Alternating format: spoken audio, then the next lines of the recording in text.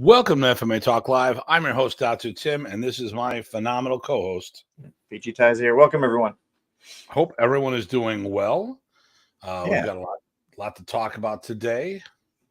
Well, it's all the same thing, but, we're gonna talk about something else first because, we want to talk about work that we do that actually pays off. And let's go into this. So right now, if you haven't been knowing, if you didn't know this, I've been doing a lot of social media posts as of late. I signed a contract with a company. I have to produce 4 months of content for them, and it comes out daily. So I now have 2 posts that have done over $1 million on individual or 1 million views or plays on individual platforms. So, so the first one, we'll talk about that one real quick. That was why is Filipino martial arts better than Brazilian Jiu-Jitsu? Now, this was a clickbait video, and it paid off. Hello, Sam. Hey, Sam. Of course, all the Brazilian Jiu-Jitsu people, who are probably the most judgmental people in the industry, went crazy and tried to say, as usual, their art's the best because it wins in the UFC. Well, I don't fight in the UFC. I fight in the street. Actually, I don't fight. I avoid conflicts, but I deal with real life situations where there could be blades, impact or edge weapons involved and stuff that, you don't see. To be fair, it wasn't all the BJJ guy. It was actually, I think, a small subset because all the ones we knew thought it was funny. Oh my God, yes. Our friends, they thought it was the funniest thing because it was done tongue in cheek, but they don't have a sense of humor, evidently. Some people don't. They got it shot off on the wall. So let me see what this. So on that one, I'm on 4 platforms: Facebook, YouTube, Instagram, and TikTok. And the machines have been first and foremost strongest on Facebook, followed by TikTok. Some of the posts are okay on the other 2 platforms, but these 2 have been really the powerhouse. So why is Brazilian Jiu-Jitsu or Filipino martial arts better than Brazilian Jiu-Jitsu? 1 million posts on TikTok and amazing 1.4 million posts on Facebook Reels. Now, here's the fun one.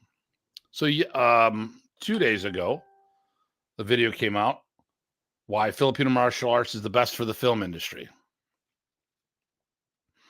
In under 48 hours, when I give you these numbers, this is under 48 hours. On TikTok, 1.3 million views. And wait for a drum roll. Wait a minute, I'm going to refresh this. On Facebook Reels, in under 48 hours, 2.1 million plays. Boom. I figured sometime soon something would beat the BJJ one. I guess this did. So that's awesome. Yes, it did. I mean, and in a short time. I mean, it just came out of nowhere. And oh my God, the quantities of Filipinos in the islands. Now, the funny thing told me, most of the Filipinos don't know what they're talking about. And I'm not talking the martial artists. I'm talking Filipinos just chiming in. Oh, it's called Arnis instead of Filipino martial arts. Well, yeah, but there's more than just Arnis as a Filipino martial art. Right. I mean, I will say this: the FMA is the only genre of martial arts that actually refers to it as letters, like Korean martial arts. We don't say KMA. We say, we are known as FMA. So that's all the stick fighting arts. That's all like striking arts like Yao Yan and Kun Tao and Sikaran, grappling arts such as Dumag and Buno. Sometimes for the traditional, as opposed to Wushu, Chinese martial arts, they do say TCMA, but that's that's within the community. Yeah. But that's the only one I can think of besides FMA. Yeah. So I mean, right now, so I'm going to give you some. I'm going to throw a little hit, and this is not completely up to date when I throw it out at you guys. So right now, since the beginning of the month, because it all started the 1st, I have close to 10 million plays on the 4 platforms. 5.1 million alone on Facebook, 3.6 million on TikTok, 510,000 on Instagram, and 168,000 on YouTube for 4.9 million views. And a ton of new followers, like 10 times or 15 times. Okay, so here we go. So let's start on Facebook. I started the month with, this is my 2,200 Facebook followers. Okay. Mm-hmm. I now have 45,000 followers. Very good. Okay. Now that has had the most impact of all of them, because there's also tools in there that help me maximize that. Sure. Sending out invites and stuff like that. Right. So TikTok, I had 1,000 followers. I now have 20,000 followers. Instagram, I've gone from 2,900 followers to 9,300 followers. Okay. And then do I dare do this? Okay, we'll see what happens. It's hard on YouTube because of the show is going at the same time, so I gotta make sure you get the right button here. All right. Otherwise, it'll start talking. Yeah. So there's 2,346. Nice. Now that's from 1,000. So that YouTube is the hardest. Instagram is the next hardest. TikTok is fairly easy, and then Facebook. Now, like I said, most of my followers are from the Philippines, but I had that prior to that going on, and because we do Filipino martial arts. And it was funny. So Paulo Rubio and he messaged me today. Okay. He goes, his aunt sent him the video, one of my videos. Nice. I go, does that mean she's left your fan club and joined mine? There you go. He's like, you can keep her. All right, so let's go here. Marty, how you doing, Marty? Who we got? Yeah. Oh, Marty. And he says, by the way, FMA is the best for self-defense. There you go. And here's what I'm gonna get back to that in a second. Bigfoot is in the room on the right. I guess you're Bigfoot. Yeah, it's probably because I was stepping in or something. Yeah. Okay. Hey, Tim Dobson, hello. Carl, congratulations once again. Girl Carl, yep. And then Rich said hello to us. And then Matt Jones. It's okay, throwing stuff again. Okay, whatever. And then Marty's on both. Okay, so okay. So Marty, so here's the deal, Marty. Here's what I'm gonna say what Marty says. Filipino martial arts can be one of the best, but I'm gonna say we cannot have a default. And I'm not gonna sit, okay, well, listen, we've already talked about this. The best is the practitioner, not the system. Mm-hmm. But some systems are just not conducive for self-defense. A good example of that would be my Balintawak or Serrata Eskrima or Bahala Na. A lot of these systems that are weapon only. Now, in certain environments, that might be great. But what happens when you are not allowed to use that weapon? Like I go through too many. And okay, and the thing here is, I'll go back one. Everyone talks about, hey, use the firearm. Okay, or you're gonna carry sticks. What if I shoot you? Well, first of all, I'm not coming after you with sticks. All right, I'm not coming after you. Period. I'm dealing with an attack. And with Filipino martial arts, a lot of us who do weapon-based stuff, if you have a standalone program, a self-sufficient program that serve all the needs out there, the majority of the needs out there, we do weapon on weapon first to build up skill, technique, and confidence. So when you build enough confidence, then we put our weapons down and the opponent still has a weapon. So it's a transitional period. Now, some people never get to that. Why? I don't know. Some of the systems out there are they're like Kabuto, where it's only a weapon-based fighting system. Like I said, like fencing, kendo, Balintawak falls in that category. Now, I will say this, Bobby Taboada has done some good boxing type elements that he has his people do, but it's not in the curriculum. It's something he does that on the side.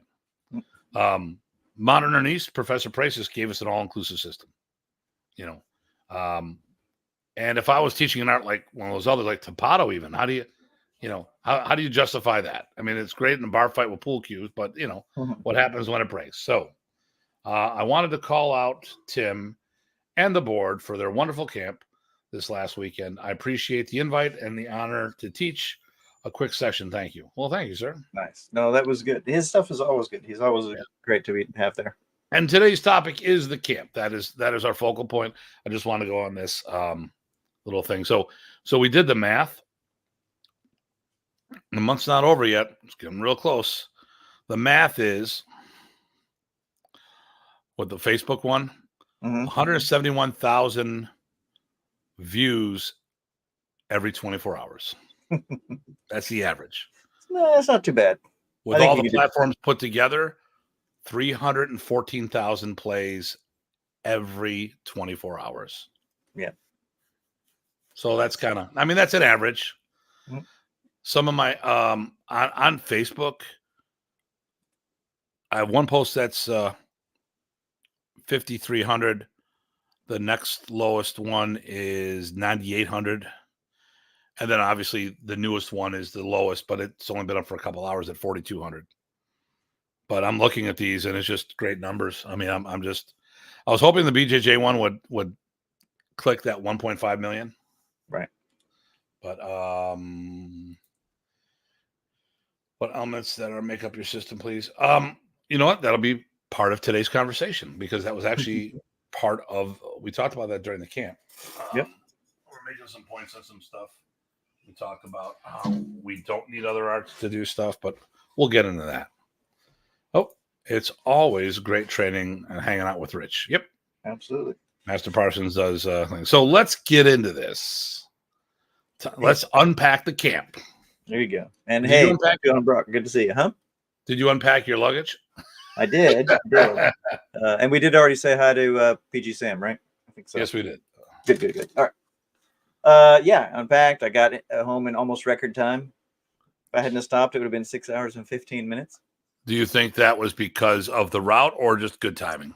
It was the route, because that route sometimes congests up, but it was not too bad. So, yeah. Yeah, 219 is not bad when everything falls into place. Right, we're not behind the big giant truck. I don't want to be on the 219 at night, though. When I went down to yours and I stopped partway, when we went to Bobby Tabata's birthday camp, and I stopped partway down, a lot of roadkill, and it could have easily been me doing that. So I did have 5 deer cross in front of me at one point, but it was fine. Okay, so let's get into it. So this past weekend, October 26th through 28th, or I'm sorry, April 26th through 28th, we did the Spring World Modern Arnis Alliance World Camp and had a blast.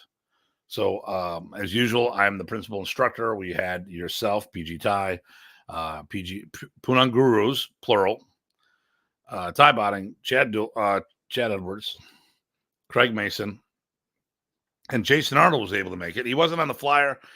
I don't put people on that I don't know are not going to make it, but he had a spot waiting for him. He showed up, did a great class. He did. Everyone did.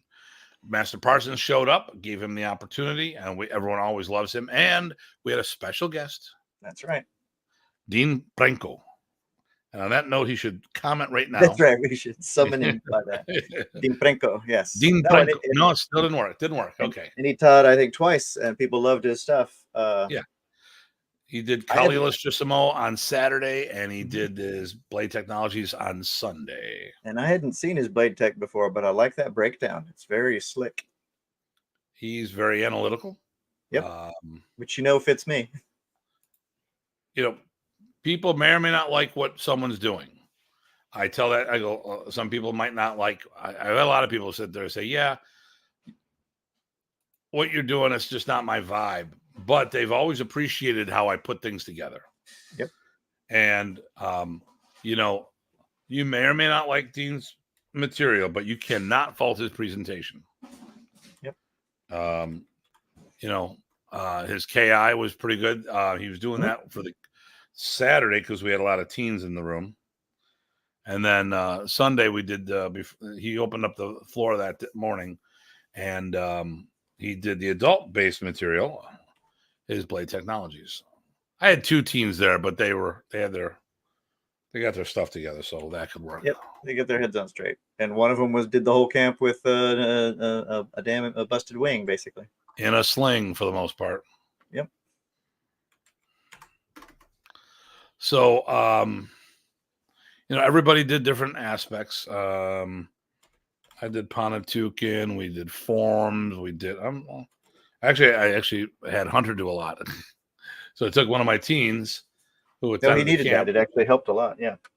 We put him in charge. I told him I gave him directions, and he led things. Yep. And it's important if we want to do this is the thing. If it's important that the art moves forward, you need to have people to take it over for you. If you're just doing it for yourself and you don't care if things go forward after you're gone or when you stop training with people, then it doesn't matter. Yep. We have made a commitment to make sure the art moves forward. And we do one of the most important things. We focus on developing the next generation. So this year we had 3 black belt candidates, or 3 new black belts. Well, 2 new black belts and 1 elevation. So Carl and Josh got their black belts. They're ISAs, actually, Lacan ISAs. And then Chris Workman got his 2nd degree at this camp. Mm-hmm. So they all did a great job. And the cool thing is, a bunch of my kids showed up. So next year's camp is the 60th. No, it's the 25th anniversary of the World Modern Arnis Alliance. So we're going to be celebrating 25 years of excellence, quarter of a century. And with that, we have probably for my school alone, we're going to have around 20 candidates for junior black belt as well as adult black belt combined. So we did the evaluation. We had about 12 kids do a dry run to see if they'll be ready for their junior black belts next year. And then we had a bunch of teenagers do theirs. So maybe more like 15 black belts that our school will produce, both between kids and adult black belts.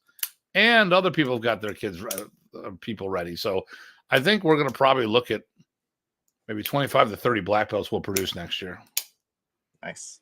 Or it could be degrees thereof, Right. That's a big chunk compared. I mean, that's a big chunk for a regular year.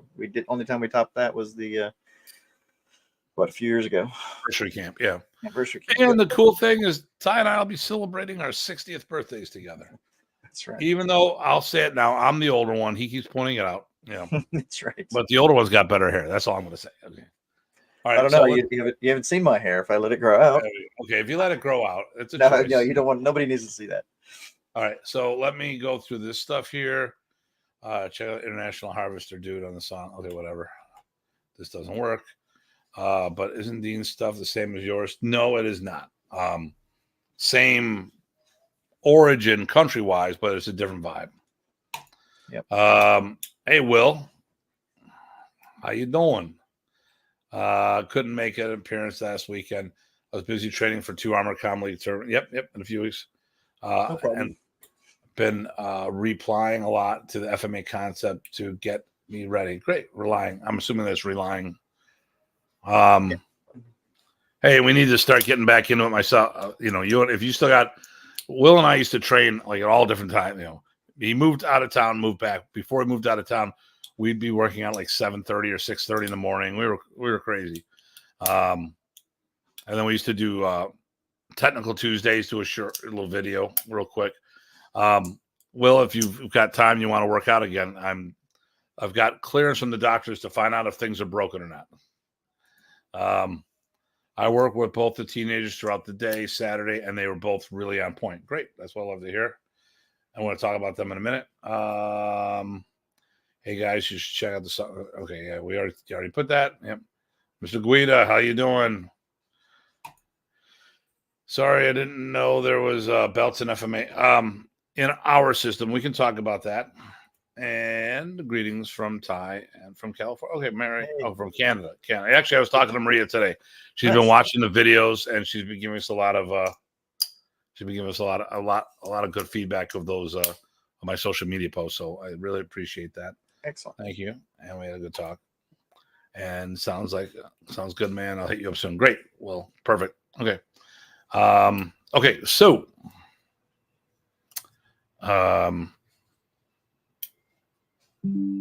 let's go into that. Yes, we do belting system. So Remy Presas was the founder of Modern Arnis. He is credited for single-handedly saving Filipino martial arts in the Philippines. Now, I personally believe he had more help. His family did help him out with that. But he was the captain of the ship.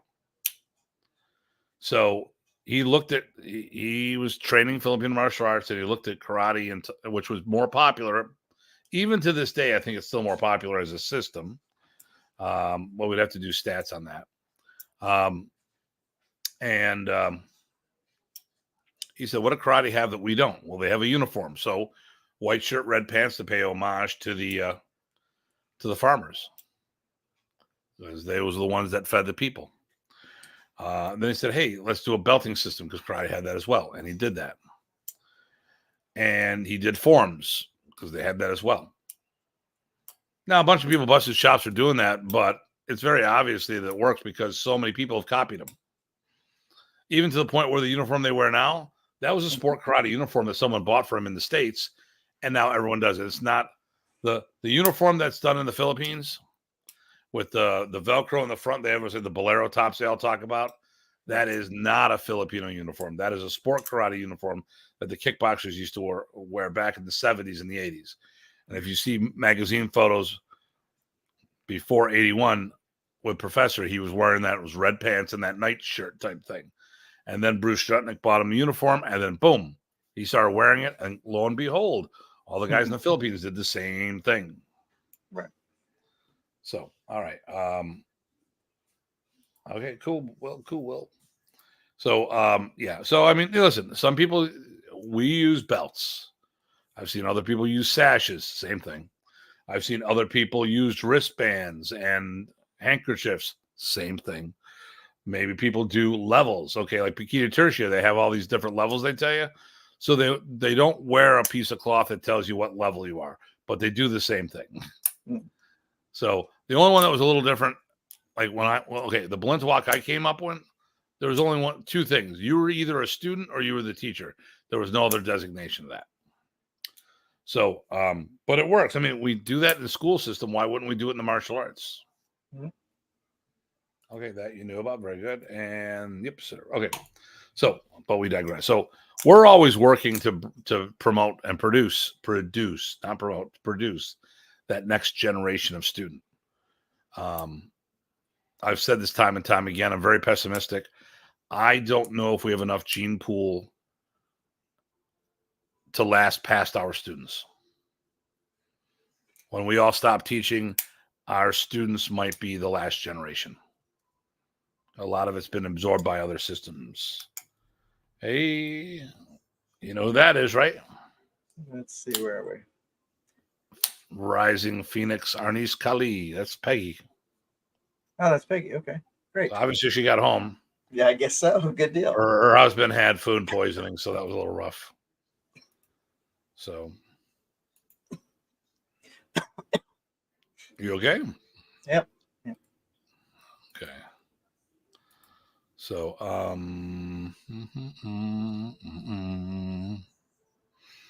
so, well, what do we want to start with? I mean, we talked about, we produced about, well, yeah. Talked about, well, we did say who all was there, right? Yep. All taught. Dean, we got the rest of the teaching staff. You even taught a little bit. Oh, of course I always teach. I actually taught every day, I think. Well, actually, no, the last day I didn't teach. You still got to start in the morning, I believe. Yeah, I got things going, so. Yep. Yeah. We had people from Florida all the way up to Canada. How far west?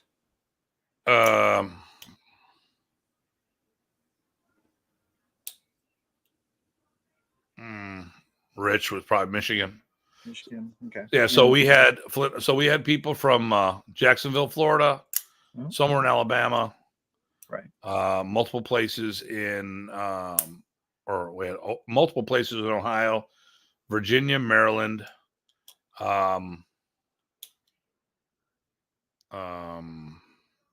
Connecticut. Right. I'm trying to think if anyone from Pennsylvania. Pennsylvania, yeah. Yep, definitely Pennsylvania. And then Sudbury, Ontario, which is 4 hours north of Toronto, which is 6 hours north of us. All the way to London, Ontario, which is midpoint between Buffalo and Detroit, and then Flint, Michigan. I think that represents all the majors. Virginia for me. Virginia, yeah. And New York, plenty of your local students from New York. North, good. North Bay was there, and Yep, it's all good. Okay. So we went from Friday first thing, because the pre-camp stuff is separate. So we did Friday first thing all the way through midday Sunday. Yep. So Rich says it was good to meet your husband, Peggy. Congratulations, Carl Outram. Yep. And Rich, it was great meeting you too. Okay. Oh, I didn't realize they hadn't met everybody. Okay. Yeah. So I might start a little. If I'm not sounding my energetic self, I'm drained. Not only did I do all that stuff today, I started the house lift. End up doing the lawn, and of course I've got hay fever, so you gotta love that. Cutting the lawn doesn't work right. But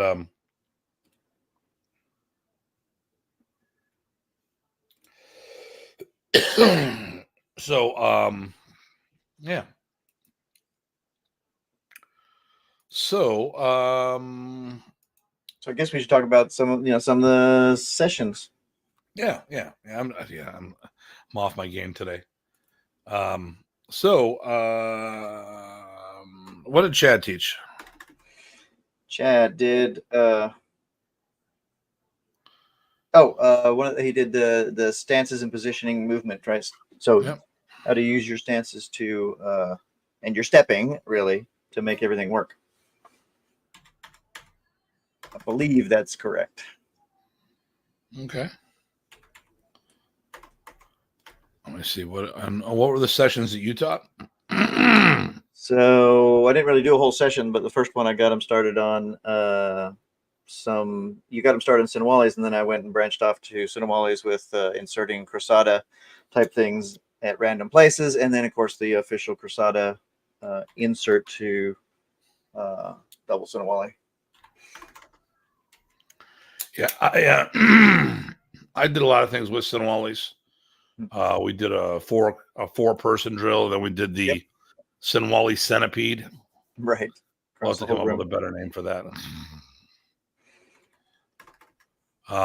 It was good when we did 2 lines. When we did 4, that kind of fell apart. But it was interesting, and most times it did. Everybody did start syncing up pretty good. Yeah, it does definitely have that metronome element to it. Yep. Rich did Balintawak. Yep. Which is good.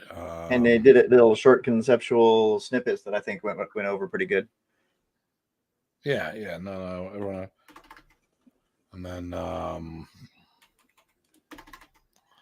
me see, what else do we do? I know you did some pad work, but didn't Jason do that as well? Jason was doing some combination of he's doing some trapping and Panatukan, so that was good. Yeah. I actually I don't even care anymore about the material. You know what I cared about? We had 2 guests there.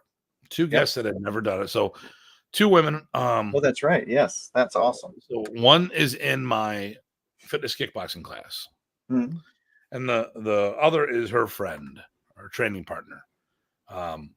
And when they went for their black belts in Taekwondo, they were they have these 1-steps, which are, for those who don't know what 1-steps are, self-defense routines. And they had to perform it. I'm like, okay. But they had to add something to it. So I had a debacle. So I go to them, like, they show me, they had the videos of them, they show me, I'm like, okay, then why would I do any more? What? Well, you just finished with a chokehold here. Yeah. Why would I let the person go and then kick him in the head? I'm like, oh yeah. Oh yeah. So we went through and I actually came up with some really cool stuff for them. And to the point where they were the stars of the show. So I just keep going. Remember, who's the choreographer for the stars? There you go. And but they were so interested in what was going on, because they were, I mean, the one is in my school all the time. The other came over for when we did the choreography when I came to it during class. So they said, hey, let's try this camp out, because they love their martial arts. The one was saying, oh my, the culture here is so welcoming. We don't get that where we train. And it's more like and the problem with the successful schools that have multiple locations with over 1,000 students, they probably have like 2,500 students in the area. When you get to that size, the personal touch goes out the window. And it's not to say Taekwondo sucks, because I'm not saying that. I've had some really, really good Taekwondo practitioners as friends that are amazing. And if anything went down sideways, I'd want them backing me up. Mm-hmm. Okay. But when it becomes the machine, it gets a little rough. And it's just hey, you go to a big chain restaurant, or you go to a mom and pop place, you go to the chain restaurant, and the people are nice there, but then you go to the mom and pop place, next thing you know, they're giving you extra stuff. Like we were in Germany, went to this Hungarian restaurant. We'd be there, like we practically live there, and they're bringing out extra food for us, and they're bringing out shots of their brandy or whiskey and like that, and they're just going above and beyond. And that's what we do, friendship wise. I mean, we're a family, and they're like, they were a culture shock, because they're like, I didn't know it was supposed to be like this. This is fun. So they're starting Thursday. Excellent. Good. It looked like they were having fun. That was good to see. I had and they weren't, and it wasn't that they couldn't keep up either. It was great. So it might've been their first time there, but they worked in, and people worked with them. They hit the ground running. I don't think so, Marty, but let me check something. St. Louis, Missouri. Sir, first of all, if you are listening, if you are teaching any kind of Filipino martial arts, I'm putting a directory together, because I'm getting people are asking for recommendations literally from around the world, because of all the success that I've been having with my social media blitz as of late. Yep. I've had people in the Philippines asking for referrals. So, and what I tell everyone the same thing. If I don't have a contact that I know of, I'll ask around. So here's my thing. Now, everyone, I got to say this, you've been phenomenal out there. For those, if any of you are watching, you've been watching my videos. If you're here today, thank you for all the support, because I can't do all those views on my own, because it's the same IP. Right. 2.1 million in 48-hour period. That's because of you guys. Mm-hmm. So, and a lot of them are the martial artists. Yep. So here's the deal. I appreciate all the support, and I want to pay it forward to all the viewers, whether they're a fan or they're industry people. The fans, I'm going to try to help find homes for them. Industry people, if you've got a school and you're teaching, send me contact information, your name, the name of your club, basic location. I don't need actual physical address if you don't want to, if you're teaching out of your home, you want to be able to vet people, that's fine. How to get a hold of you, all that stuff. But give me a metro area that you're in. And then when someone asks me, I'm like, I send a couple people some websites in New York City. I sent a couple referrals to Rich Parsons. I tried to send someone to Master RPG Wolf today, but unfortunately, the person's an hour south of Columbus, and that's, I'm near Columbus. And I said, what about Mount Gilead? Oh, no, that's about an hour and a half from me. I'm actually south of that. I'm like, okay, all right. So, but people are asking, and I'm making referrals. So I want to help everyone. So if you've got a program, by all means, let me know. So I'm looking here. They said Missouri, right? Yeah. We know I'm Kansas City, Missouri. We know some people, but that's not near St. Louis, I don't believe.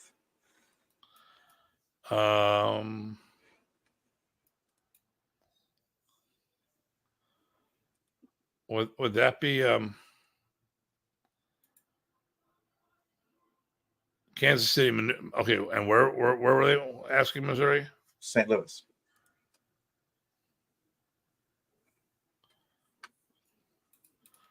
On Dodge City, we know someone in Dodge City. Okay, my map doesn't show St. Joseph. Oh, I got to pull up another map because the person's site doesn't show me what I need. Okay, St. Louis, city of Missouri.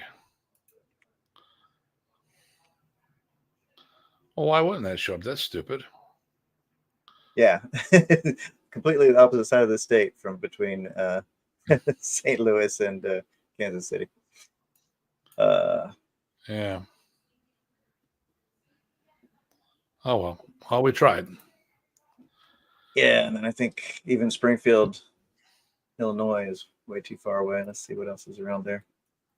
I don't know right off the top of my head who might be near St. Louis. But this is where we can put that word out, and like I said, people can get you that information. Yeah. So we will continue to find some. Now, that being said, in the meantime, if you've watched any of my social media stuff and you really enjoy that, we do have the online university, the Modern Arnis University. Also, I do a day class. There are people who have signed up. I got people who are attending my classes from Germany virtually. So twice a week, I offer a daytime class. It is at noon on Tuesdays and Thursdays, Eastern time. I don't know if that's going to work for you. But here, I'm just going to send you a link. I don't want up on the platforms. That link is my online university, the Modern Arnis University. So, Shin Kali. Here we go. Great show, Datu. Hope you're doing well. Yeah. Hey, you guys are still. You're in Japan, right? Or where in Japan are you guys? I think that's the better. Scott's in Japan. Scott Howard. Shin Kali. Oh, okay, great. Last time I checked, it was, or I've got the wrong group. I could be having old timers. Too much rattan to the head. Right. Oh, it's got to be Japan because it's all in freaking. It's all in Japanese here. I can't read shit. I hate to be it that way. Oh, Shinkali, yeah. And did you see Jim Unio's up there too? Magandango Maga, sir. We had a good conversation the other day. Oh, Tokyo. good. So if I happen to fly by, we should probably meet up, right? Maybe do a little training together, hang out, drink some sake. There you go. Have some Kobe beef. Don't know if I can afford that. Not to be confused with Kobe Bryant. That's a whole different thing. Yeah. So let me see. Nice. We'll be looking that up. Thank you. Yeah, no problem. Thank you, Marty. So Dean Franco is actually going to have. Would love to, sir. Okay, here we go. I'm just another guy. That being said, I'm going to be going to the Philippines. Are you guys around is August or July a good time to visit?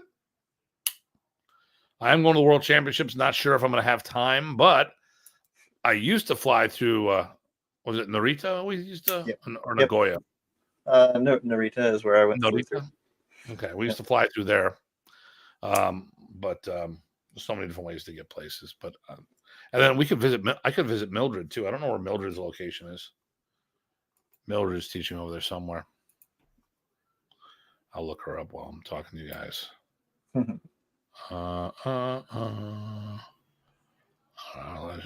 Okay, Mildred.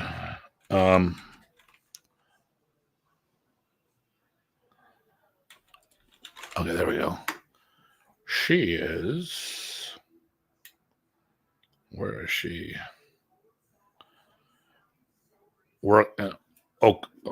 Osaka. I don't know if that's anywhere near Tokyo. It's probably not, just because if I wanted, it couldn't be easy. It has to be.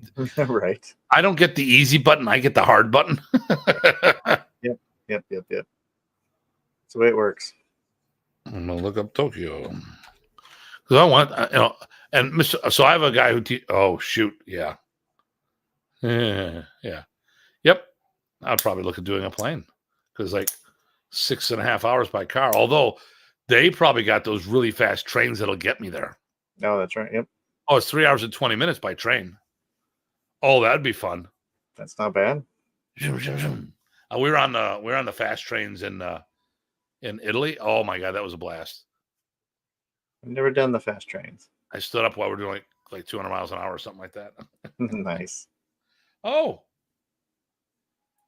where are you going to be in Canada? If you're in Ontario, that's not far. I border Ontario. We'll be joining. Oh, fight Godzilla. Yes, I would go. I would be Godzilla. Gojira. Actually, I don't have the tail. I'd be King Kong. Nova Scotia. Oh, so sorry. No, I'm just joking. Are you how long are you going to be there? Well, actually, listen, let me say. If you're going to be there for any length of time and you decide to go to Ontario, I am 2 hours south of Toronto. And depending on what it is, hell, I can go up there and meet you because I go to Toronto for stuff anyways. That's where I got my ink done. Everyone thought it was a rash. It's really a tattoo. It's my teaching aid. Okay. No, not Mildred, not Madrid. Matt, you're messing with me on purpose. No doubt. Funny. So, anyways. So,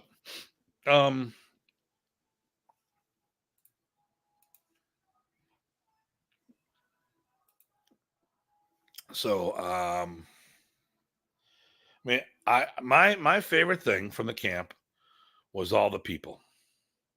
A lot more people than I was expecting. We were full, but not so much that people couldn't move around, but close. They could all swing sticks there, and if they weren't being a goober, no problem. Well, yeah. I mean, let me see. Let's see if I can pull this up here. Yeah. Did you get any big pictures from the side? Yeah, I do. People want me to share photos. Oh, that's right. Gosh, what was his name again? Really nice guy. Took a bunch of pictures. Chris Davison. Chris Davison. That's right. Chris, who's sometimes on here. Yeah. Chris Davison. Nope, he's not showing up. Okay, all right. We'll summon him. Well, we talked about the Franco and he didn't show up, so I'm a little bummed out. Yeah, that's weird. Yeah. He might be doing a show right now. Who knows? Could be competing with us. That guy. He's always that guy.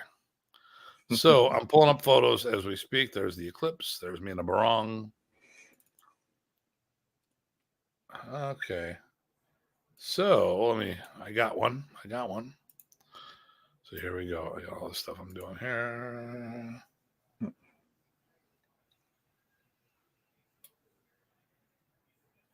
Oh. Let me see here. Okay, here we go. The month of July will be in Canada. Well, if you decide to travel around, by all means, I'll meet you in Toronto if we can make that happen, or if you want to come visit in Buffalo and see the States as well, I'd be more than happy to put you up while you're in town. And the falls. Yeah, we can push you over the fall. I mean, you could visit the falls. So, Jim Uni made a comment. So let me first do this. Here was our camp. So that's good numbers. Let me see here. I don't even know the number. I didn't look at it. 1, 2, I didn't 3, count. Yeah. 4, 5. I was too busy having fun. Usually I do count. I see 2, 4, 6, 8, 10, 12, 14, 16, 18, 20, 22, 23, 24, 25. Oh, no, I don't count. 24, 25, 26, 27, 28, 29, 30, 31, 32, 33, 34, 35, 36, 37, 38, 39, 40, 41, 42, 43, 44, 45, 46, 47, 48, including staff. Mm-hmm. That's not bad for an off year. Yeah. So our camps every 2 years, we have a big, usually what happens is we have a big camp, then the year after is a smaller camp.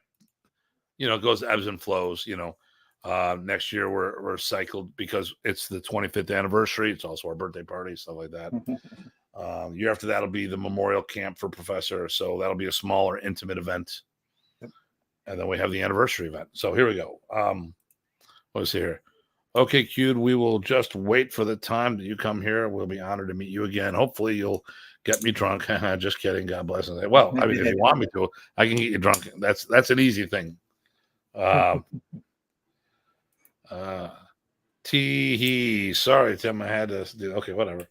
Thank you. Oh, you're welcome. Hey, listen, brother, we're all in the same family, just different branches of the tree. You've got Bob in the back. Yeah, okay. Well, actually, if I want to talk about Bob, there's 4 of them, That's so right. I can pump it up to make. Hey, listen, we talk about my multiple personalities. We could have had 70 people there easily. If we're counting that stuff. So,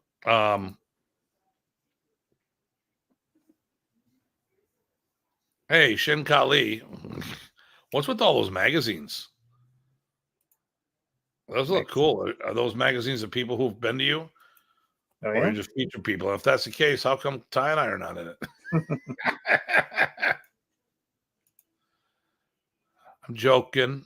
Maybe. Could be. Let's say Mal Morning, one of them. I love them all. Trying to get him to come to one of our camps. That'd be cool. Well, okay, we'll talk about that later. We'll talk about some stuff about next year's event and all this other stuff. So, the camp's always a good time. It's the family hanging out. To me, that's more important. Listen, we do it in our martial arts. That's the important thing. But I think what's overlooked a lot of times is that we are so into working out, we forget to take the time, and we redid our structure to allow. Okay. So, Nice. Those are the teachers they've hosted. That's why we're not on there. Okay. So when Professor used to do camps, they were bears. If you did an event that was at a university, we'd get there Thursday afternoon. We do a 2:00 workout, take a dinner break, and then do a 3-hour night workout. Then 9 hours a day. Now Friday and Saturday, 3-hour sessions that would allow many times go late. And then, of course, hanging out in the dorm rooms, go figure, that was late. Sometimes we wondered why we even bothered going to bed. And then there was the test Sunday morning. Yep. We were matching those hours. Even the point where, like, Craig, his son fell asleep. It was so brutal. I'm like, come on, Junior, you can't handle that? But then what would happen is we would put in the 9 hours, and then we'd go back to my house, or a bunch of us would go to my house, and we'd be up till 2-3 in the morning, and then have to be at the school for I'd be up at 7 in the morning to go. I'm like, no, this isn't good. I wasn't really enjoying what I was doing. Don't worry about Matt. I'm about to get there. I think we had a good balance of the fun and the camaraderie on top of the training. There was a lot of good geeking out training, but it wasn't a slog. No. Kept a lot of good pace going. We had a ton of good sessions, but I think you're right. We had a focus on the celebration, basically. Yeah. So we got rid of Friday night as a session. Right. And then Saturday we do the 2-hour evaluation. Yep. And then we hang out. Now, most of us went to Applebee's because that was simple. The next year we might go down to the bowling. So we have bowling lanes, and they have an area, and they have people who cater food there, so we can hang out. Maybe even do some bowling while we're down there. Just have a good time. So we can hang out in the bar area. They'll put that area out just for us. Food and drinks. maybe they'll give us a couple games we can play. You can shoot the bull. There's video arcade is in there as well. And, and then what we could do is walk back down to school, hang out, or wherever. We ended up there's a meadery, which is a honey wine place. We had a blast. They added food to it. And I think a bunch of us, Ty and I, along with others, had these blocks of cheese. Yep. I think it's still stuck in my colon. Well, it was the cheese and crackers and meat. So that was practically a meal itself, if that's all you wanted. Yeah.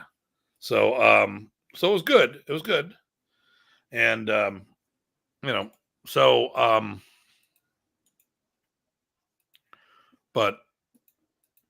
was that. So what I want to do is talk about what Matt keeps asking. What are the elements of our art? And that was actually, it was a key point because we talked about this. Throughout the weekend, we did every department or every field of study. Yep. We did open hand striking. Check. Chad, who's a 4th degree black belt in small circle jiu-jitsu, did a session all on that. Yep. Which is a third of our curriculum. Right. We did the stick work. We did punching and kicking. It was all there, and we kept referring on stuff. And the nice thing was, a lot of times I'm on the floor and someone teaches something, and then I would interject, hey, now that we have the curriculum, talk about curriculum. This is this move in the curriculum. Oh, okay, connecting the dots. It was nice because I was able to make some correlations with stuff, like connect with a lot of the sessions. And then we talked about Master Parsons was doing the soy up, and we talked about how it's in grouping number 1, but a lot of people who practice the Blintwalk grouping 1 don't do that reference point. Don't do that reference points in a way to work the material how it's supposed to be, right? Because it's artificially stimulated versus and more of an organic. Although we did come up with a way to make it work, but that's another story. And it may have been the way they did it initially, for all we know, because it's been handed down generation to generation. Because it was Jose Villarson who created that. But I'm going to digress from there. I'm going to digest later. But so we punch, kick, we lock, throw, we do weapons. There's trapping. There's all this sort of stuff. And then during the evaluation, I had everyone watch my kids kick. Now, the point was not to say that my kickers are stellar kickers. I had the Terzics there. The Terzics have a very accomplished Tang Sudo and Taekwondo school. Yep. They do both styles, and they had the Filipino martial arts. They got a really good program there, and they got quality people. So I was talking about this. I go, listen, we have you guys here. I'm not trying to match what you guys are doing. And we're talking about how FMA can kick. And I've coached my people to be better kicker. I'm an effective kicker. They're much better technicians than I am. My students are better than I am because I taught myself, Renee, I taught myself to kick, and then people help fine tune it. My kids, they got right from the ground up. And there's Renee. And Craig says hello too. There we go. Craig, how you doing? Long time no see. Presas and Professor Wally J. I remember them visiting my teacher back in New York in the 80s. Love the classics. Yep. And they were quite a team. We even talked a little about what they would do. So back when they first met in San Francisco, there was a rash of a bunch of pieces of garbage out there that would go out gay bashing, beating up people who are homosexuals. I have friends who are that, who are pretty much adopted families. So listen, I don't care. I've had friends that are that way, and it doesn't matter to me because at the end of the day, they're just my friends, Mm-hmm. But Remy and Wally used to go out holding hands, pretending to be that way. And when people decided to target them for that, it didn't go quite the way those bullies thought it was going to go. That's all I'm going to say. But yeah, Remy and Wally were amazing. Absolutely amazing. Yep. So we went through the test. We did all the things. I said, hey, watch my guys kick. And I made a point. I'm like, I'm not trying to say we're better than you. But then they turned to me like, I got to tell you this. What? I've seen Taekwondo schools that are worse kickers than that. I'm like, okay, thank you. And I understood the context that it wasn't like, hey, your guys aren't that good. And they go, no, you guys are solid kickers. And then even schools that specialize in kicking sometimes don't do the same quality. Right. So that was cool that we had a self-sufficient system. The other thing that I enjoyed about the evaluation there was getting out there and crossing hands with a lot of people while we were doing some of the drills, so that we could not only see but feel what everybody's doing. So we were all out there on the floor as well. Yes, we were. I wasn't as much as I wanted to. So here we go. Elements of karate.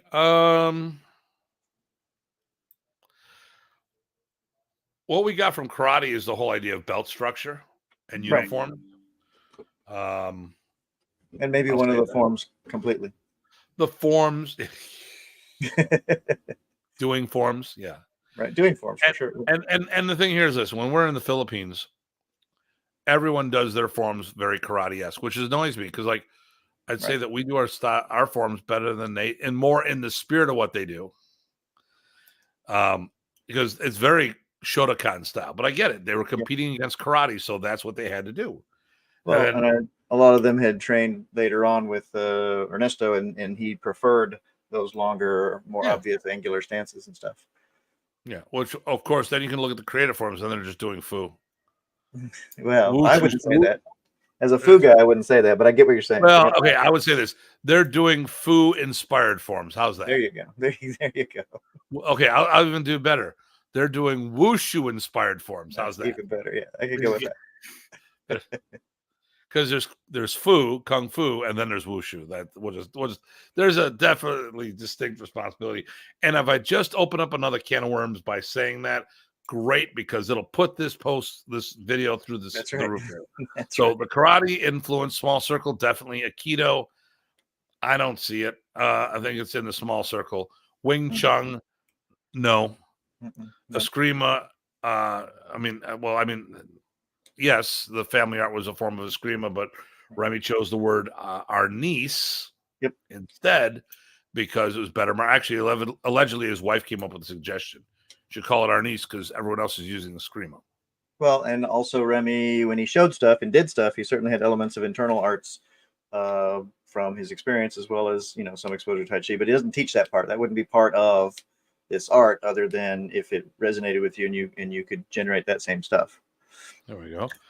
Here's a cool one. My first journey in FMA was from Professor Florendo. Nice. You got that. And that's how I came to know GM Presas and Wally J. Professor V, yep, famous. Yes. So, I was so happy that my kids got pressure tested for next year's event. I was so happy from all the camaraderie. And like I said, we had 2 women who showed up who had never trained at our events and were as giddy as all hell. And they're in. They're going to be joining up. The ones like, I'm leaving the school now because their memberships are running out. They were already planning on going, and they weren't sure whether they were going to continue martial arts. Wow, I didn't know that. Okay. They're continuing martial arts now. Yeah, definitely. Yeah, I could tell that from fairly early on that they were having too much fun. They bought sticks the other day before they left. It was amazing. Good. So we had a blast. All the right things happened. As usual, there's some things. The other thing we did was, so we have had, for some reason, I never did instructor diplomas. Actually, I know the reason. Because Professor tied instructorship with the belts, not with the instructor diplomas. And I've heard all this nonsense what people said. Ty, I want you to call BS on me when I say this. If it's BS, just don't do it to do it. So there were 4, and then a 5th diploma came into place. So if you went to camp, you got a certificate of participation. Mm-hmm. That was the given that most people got at every single camp. That's the first one. Yep. And most people who went were black belts in something and were adding Arnis. They were cross training. Yep. Not the art within your art. It's called cross training. And if you are doing the art within your art, cross training, What does that mean, Ty? You're probably not doing the whole thing because there's no room for that. You're not doing the whole thing because you're not dedicating to the study. You're Mhm. choosing the bits and pieces that you want to learn and not doing the entire art. So, still part of the family. Mhm. Still part. I would say you're cousins. You're not brothers and sisters. I mean, you might be kissing cousins. I don't know. So then from there, so we had participation. So you're a blue belt in Arnis, which we goes white, yellow. Then there's 2 blues. So blue belt, then green belt-ish. That was your basic instructor. If you went to, your second camp, you usually got basic instructor. That meant start up a training group. Yep. Then brown belt, you'd be having an advanced instructor. And then that was it. Eventually, I had my apprenticeship program. Professor put an apprentice instructor diploma in there as well. Okay. Very at the end. But teaching was nothing to do with that. That was just to give them the confidence to start a training group while they were getting their black belts. Well, we decided to reintroduce this so people know when they should and shouldn't teach, to what level. So the first thing we have is a diploma, which is a training group leader. None of those went out. And we don't give those out to the students of the teachers that are there. Right. Unless the teacher wants us to put them in that status, providing they qualify for that. Right. Maybe they're starting a club at the local university and they're still learning from the guy. Yeah. So then we have apprentice instructor. So we gave out one of those diplomas this weekend. That was to Peggy, who's a black belt in another martial art, and she's working on getting a Presas black belt with us. Then there's Guru, which is our first and second degree black belts. Then Mantandang Guru, which is what? Senior teacher, senior guru. That's for our third and fourth degrees. Mm-hmm. At fifth degree, we do Punang Guru, which is head instructor, which is for 5th through 7th. And then for 8th and 9, Mantandang Punang Guru, which is senior headmaster or yeah. And then Datu, the leader of the tribe. That guy. I am looking. Oh, go ahead. I was just gonna say that I was gonna make a bad joke. And then when you get one better than that, then it's .3. .3, .4, .5. Right. I mean, you're a 5 Han versus a 2 Han. That's right. It's 250% better. Okay, so, so we handed out a bunch of those. Actually, we gave out all of those.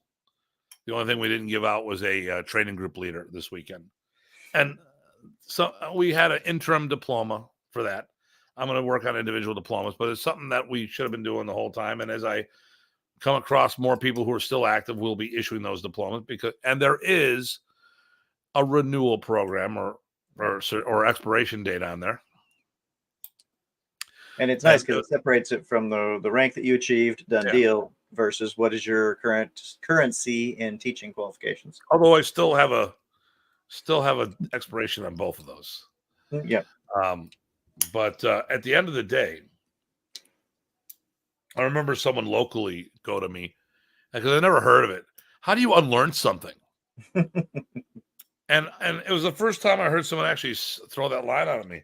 And I'm like, I don't know what to say. And it was an easy one. It's called forgetting. Right. How many times you forgot somebody's name? How many times have you forgotten to pick something up at the grocery store? How many times have we forgotten to turn the lights on? So yeah, you forget stuff. And we know that. Students that haven't been in for a while. Well, and your skills get rusty. So it's not even just forgetting, it's forgetting your optimalness. So we don't take away the accomplishment, but we talk about what the active status is. Right. Active or currency. And that's the whole thing. Yep. No, it makes sense. Just like a driver's license. Yeah.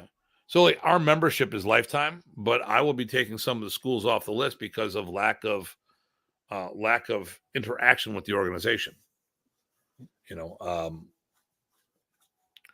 If you're active, we'll be promoting people we'll be pushing people your way.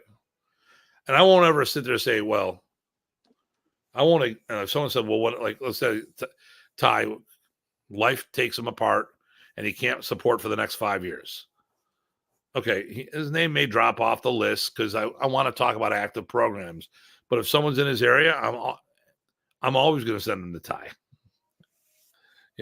It's not that I won't send people, but I want to have the perk of being on there is that you're active.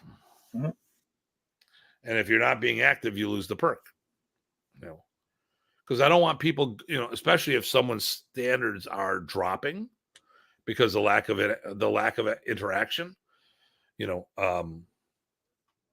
mean, that goes back to the debate / argument. How can you, Remy left the Philippines, and people are trying to say, well, these people know the art. They knew what he did back then. They don't know his expression. So if you're going to talk about what the art was in the Philippines, I can't tell you what that is. The person I would go talk to, Riddell DeGuck. He would be the first person. Yep. Now, I was inducted in the Mata Gurus this weekend, or this last trip I went. Right. And people were doing demonstration, and other people said, oh, that's old school modern. Old school modern. Nice. I like it. Because they all do hybrid arts, but like, oh, there's your modern. I'm like, and you know what? The modern that they were doing over there looked a lot like Ernesto's freestyle. Yes. Okay. So maybe it's not Ernesto's freestyle. So I'm gonna when Riddell is here in August, I'm gonna have him show me some stuff on the side. That's gonna be. I hopefully have enough space. It looks like lots of folks are going to that, which is good. I have people from my school already signed up for that event. Excellent. Who have you heard is going to be there? Well, I'll be there. I think I got like 5 of my students going, so that'll be at good. least, yeah. Several people at the camp were talking about going. Craig and Carl are talking about going. Yep. I might see if I can get Ackerley to go. There you go. I got families that are planning on making a weekend of it, or some are actually going to go to Valley Forge and then shoot down for the afternoon. I'm like, that's cool. It's only about an hour and a half ride each way, But it'll be a good experience for everybody. Oh, and this guy will be there too. He's one of the headliners, right? Is he? Of course he is. John Bobby. Yeah, hey, probably good to see there. Wait a minute. Here we go. Terrell. Yep. Wait a minute. He didn't show up yet. Damn it. Nope. I was hoping he would show up when I said that. So, yeah. Sadiq Muhammad will be there, and a few other guys like that. Yeah, there'll be a whole bunch of people there. So, I'm excited about that. I definitely want to talk to Riddell. Maybe I'll see him in the Philippines before then too. Because if you want to know what, I can't tell you what the art was when it left the Philippines. Right. But I can tell you where it got to and what it was like. Yep. I can tell you where Remy's evolution stopped. Yep. Because I was with him until right up to the point I was at the last teaching event he was going to be at. So I can tell you what his work ended up doing. None of us have every little piece of material because you would have had to be with him 24/7. But the thing here is a bunch of us have enough to know the art as a whole. Oh, you're missing this one technique. That's filler. If you're missing a whole family of techniques, then that's all. If you don't know the polys, or the striking styles, well, that's a problem. So I can tell you what the art stopped at. I hate saying stopped, but how would we say that? Evolved to, or the end of his influence. Yeah, when he was done shaping it. When he was by the time he had done the shaping, when he stepped out. Well, at the time that he was forced to step down, I knew that. But when he left the Philippines, I can't tell you. I can't tell you what the stuff that Bruce Chutnick has for when he first came to the States or first teaching in the States. And it was a constant evolution. So if you want to know the old school, you got to talk to the guys in the Philippines. You want to know what he was doing where Remy retired? He died.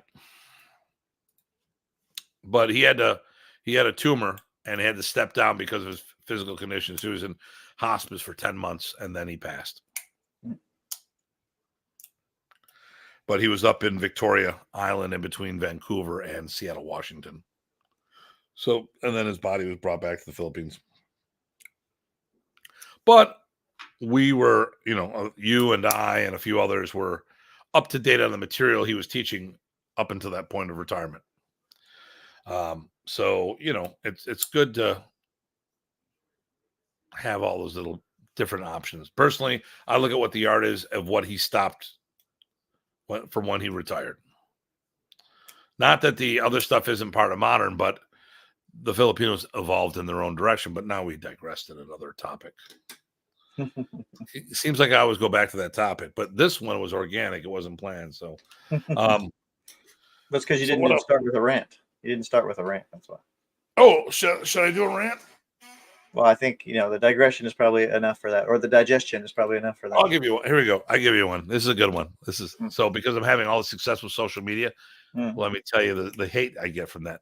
So if you want to be, if you want your voice to be heard with any value or weight to it, don't start off the conversation saying, "Hey, fatty," or the only thing you can smash is a smash burger or stuff of that nature.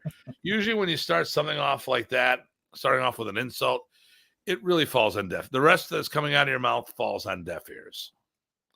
So to anybody who's reading it, they just go to the next. It's it's like done. I've got a lot of people who are coming after me and they're intentionally getting it wrong. It's a 60-second video and they're just, of course I can pick apart any 60-second video. Sure. There's no one there to give me context, but someone actually came up and said, you guys are, you should come on and ask him what he meant by that, versus just going off. I'm like, wow, logic. Well, that's weird on the internet. Yeah, a great pickup line at the buffet. Yeah, that'd be good. So, that would have been October. Well, I was with him in Germany in October 2000. So, he had come from Tunisia and I was teaching in England and he taught there. I taught in England and we both met to teach the camp in Germany, but never came to a fruition because he had to be hospitalized there. That was it. That was the last trip he was on. He never taught at an event again. He did show up to one, the Philadelphia camp, but there was no public statements. He didn't talk about what he wanted the vision of the art, who should be in charge of it, or anything of those lines. It was just he showed up and was out of it. He ended up getting pneumonia going to the event. Not to mention all the chemo and stuff like that. It was just a bad day. Yep. I was not there, but my people were. So, which is why I have knowledge of that in case people were there and say, you weren't there. I didn't have to be there to know what was going on. Our good friend Chad was there. Mm-hmm. And then I had my students, Mike Antecchi was there with his wife at the time. And then Ed Mengel was there, another acquaintance, and was underneath my tutelage for a while. He was Mike Bates's he is Michael Bates's nephew through marriage. And he decided to train with me instead. So it is what it is. But what else do we have to talk about here? Let's see, you do that. I'll be right back. Hey Lex, brother. Oh, Lex is there. Hey Lex, how you doing? Yeah, well, speaking of Lex, since he popped in, we got the East Coast gathering coming up here in August, I believe. That's the week after the Riddell event. There you go. Okay, good. So August will be a good month out here. That'll be good. No, the only thing I was going to say is, I really enjoyed all the sessions by the folks. I was just going to recap a couple others. There was PG Craig did some combinations with sparring and things like that. I did some lock counters with the idea that, hey, you want to do lock counters, it will help you understand your locks a lot better. We already talked about Rich and Jason and Datu stuff, and Dean's 2 sessions that were great. Hopefully I'm not leaving out anyone. But yeah, it was a full set of trainings. So don't get us wrong about the hey, just hang around and visiting, because it was lots of good work, but it was funny. It didn't feel like work because of the great attitudes, which I think the 2 women who were, trying it out because they thought it was fun and then now are sticking are probably good examples that can speak to the fact that it was just a lot of good fun getting out on there, working, and not realizing you're working. And that's the way I think is the best. So I'm going to say this is going to be on the verge of being political, because the people who know who I'm talking about, they themselves, will probably be reading our script later, our transcript, and say this. Ty once before was saying, how can you be elite if you're underneath Tim? Okay. So here's the thing. You look at professional sports. Are you saying that everyone who was on Michael Jordan's team, whatever team that was not considered elite because Michael Jordan was on the team? Or did he have an elite team to back him up? Because at the end of the day, someone may be impactful, but they can't do it on their own. Okay. I don't know how many people play in basketball. Is it 6 at a time or whatever the number is? I don't know what it is. I don't even know. I don't know. Sports ball. Right, exactly. But I don't see one person go up against a whole nother team all by themselves without anyone else being on the field with them. Yep. So my thing was to I think I've got one of, if not the best teams out there to promote Remy's art. And those people include, some are first gen students, some are second gen, all of which met Professor before he passed away at an event. So I'm going to talk about the team that teaches at this time: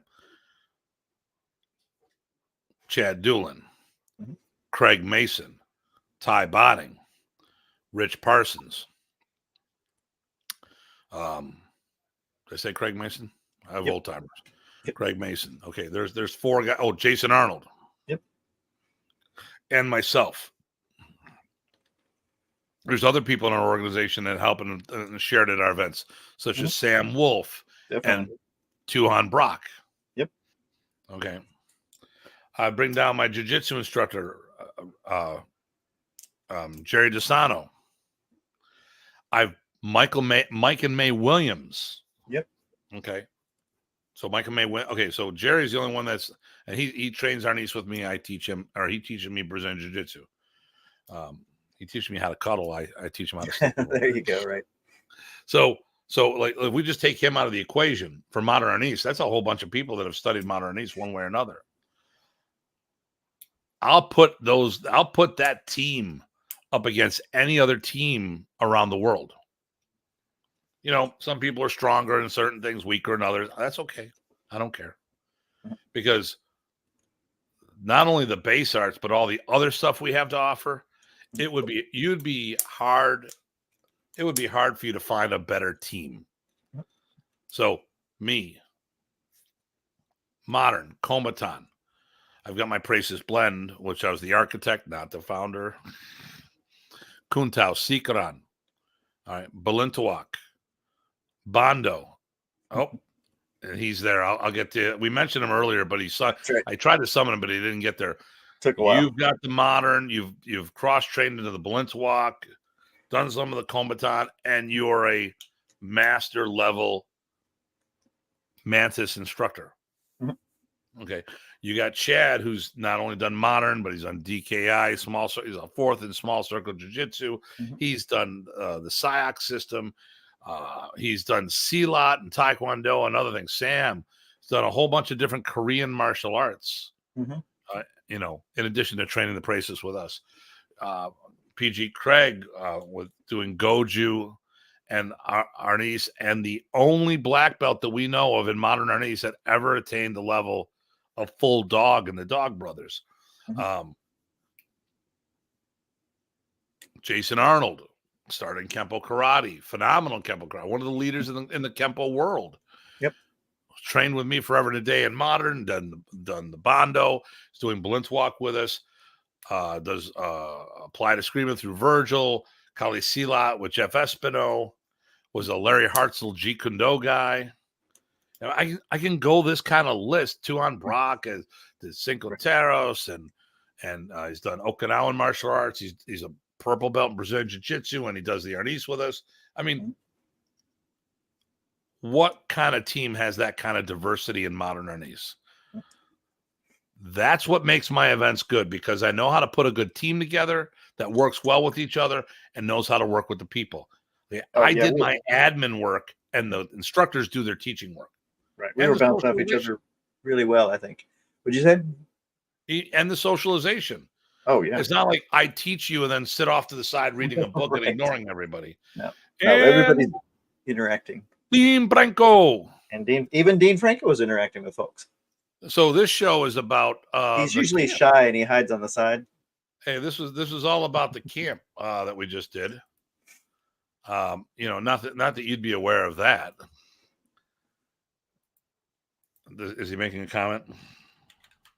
Dean, no. No? Oh, okay. Let me do this here. Dean, can you hear us? Can you hear us? Can you hear me now? Oh, let me do this here. I'm sure he's hearing you. Dean, I just sent you a link. Never heard of this platform before. Nice. Shut up, asshole. Yeah, he's not very familiar with, talk shows, video talk show online things. Yeah, no, he doesn't know that.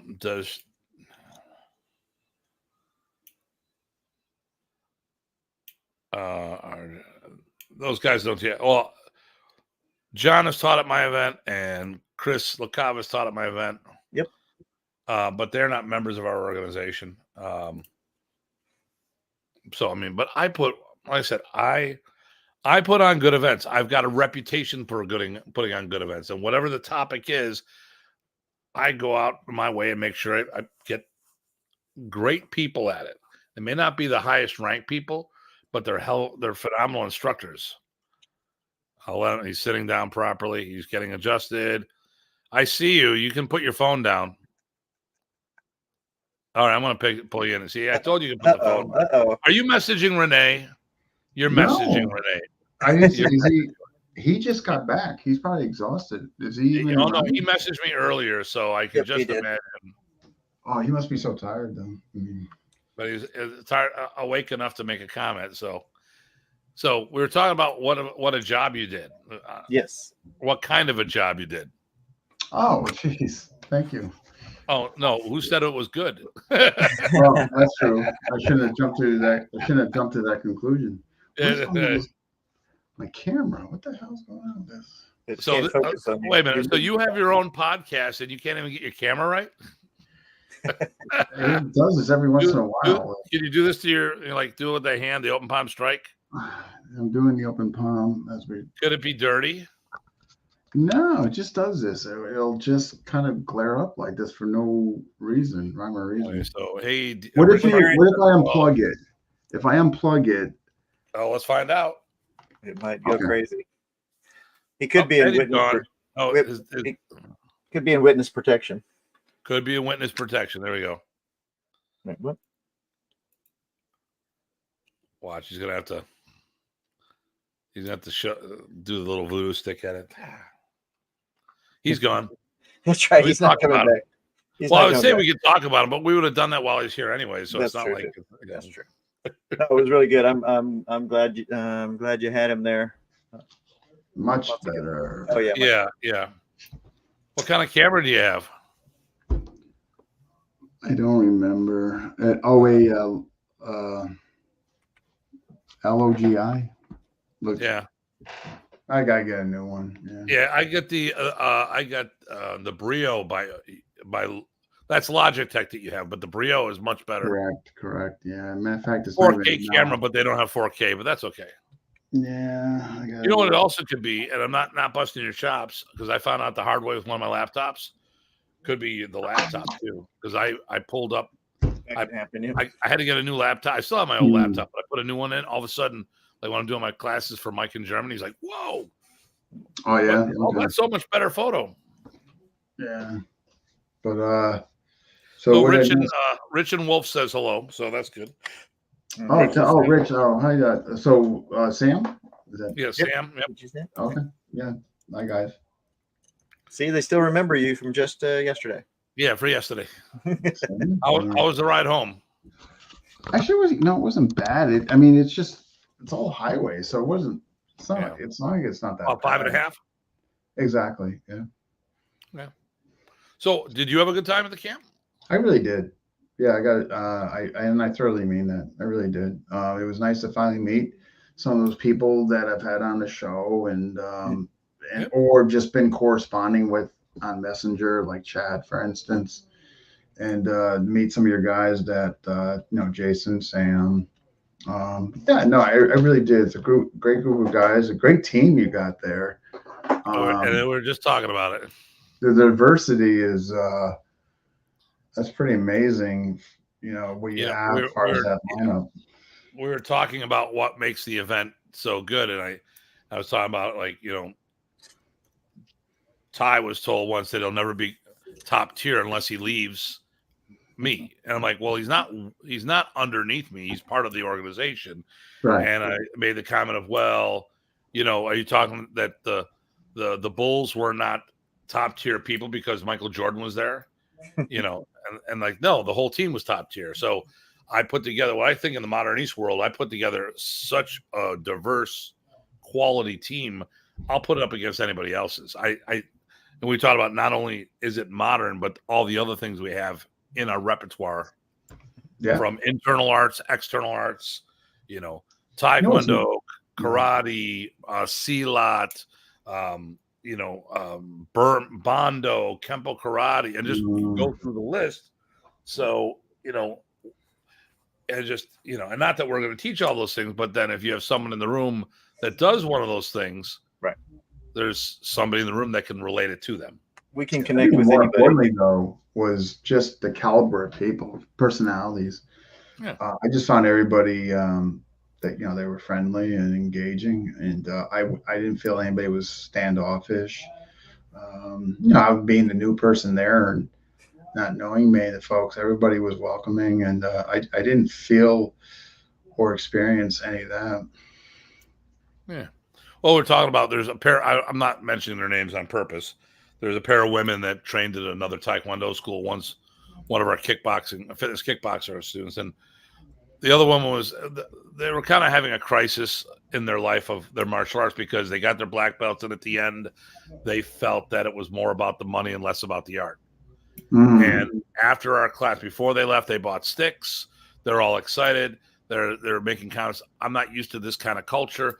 You have an amazing culture here. Everyone is good and they're friendly and they work with each other. And I'm like, and they get to be taught by adults and all this other stuff. And, and that's a testament to everybody who is there, because I can provide the environment, but I cannot make people act different. I mean, I can sit there and say, you need to stop that shit or get out. But I can't make a fun environment